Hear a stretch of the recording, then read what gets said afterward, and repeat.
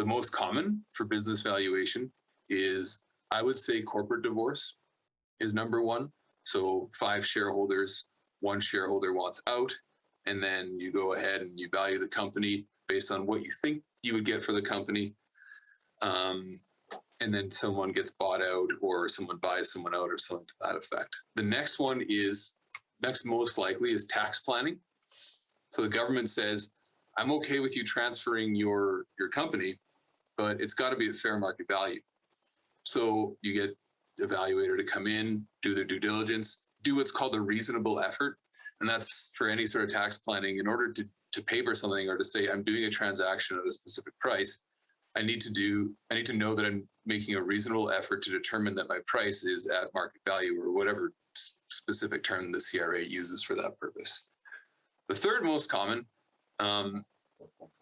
is probably matrimonial separation, so divorce, where spouse A owns a business and is going to keep it, and spouse B has no interest in owning the business and needs to be bought out. Very similar to corporate divorce.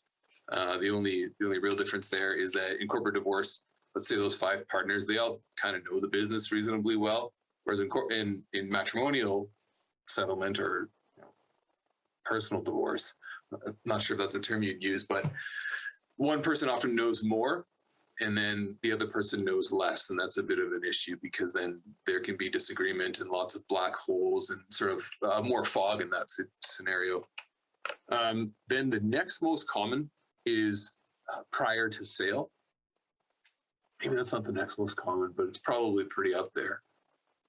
So they want to take their business to market. They don't really trust business brokers. So they want to get an idea if this is the time to sell, and they want to take their report to the business broker and say, yeah, this is what I want for it, based on this person I've done work with in the past, or some of his credentials that I trust, because business brokers are like realtors, they're salesmen, and they get paid when they sell something. So they may want to shore that up.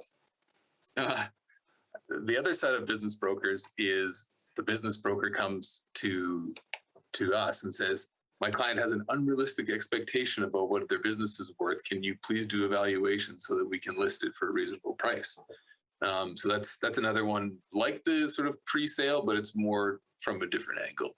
Not saying I want to protect myself, making sure I'm getting a good broker price, but a broker saying we need a realistic price, and our client won't believe us. And that's more common than you'd think. But when people work to build a business their entire lives, it's really hard to let go of it for less than they think it's worth. That's a real hard emotional thing.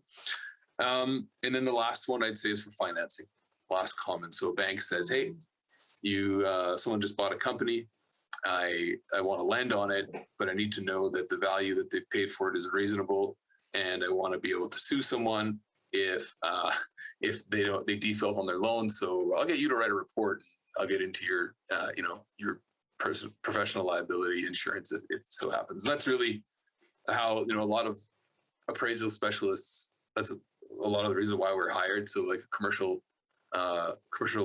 appraisal is there so that banks can have some liability insurance to buy into if the fundamentals are wrong, or to bite into in a lawsuit, or if an equipment appraiser appraises something, then they get it wrong, and the bank can go after that liability insurance.